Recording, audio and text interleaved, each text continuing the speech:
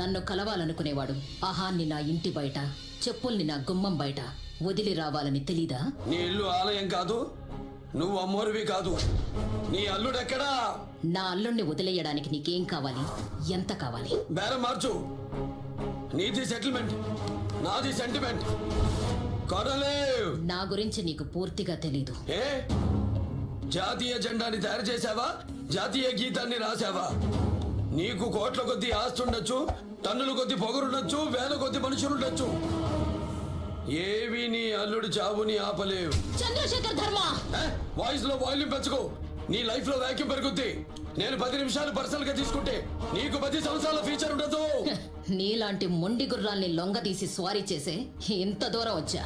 గుర్రం మీద స్వారీ నేర్చుకున్నా కదా అని సింహం మీద ట్రై చేయకు, పోతావు. నేనేది మొదలు పెట్టను, మొదలు పెడితే వదిలిపెట్టను. నీ అల్లుడికి డెడ్ లైన్ 48 అవర్స్. అప్పటి వరకు నిన్ను ఢిల్లీలో ఉండనివ్వను. నీ అల్లుడి అంత్యక్రియలకు అత్తరు కొట్టుకుంటురా, అక్కడికి వెళుతాం.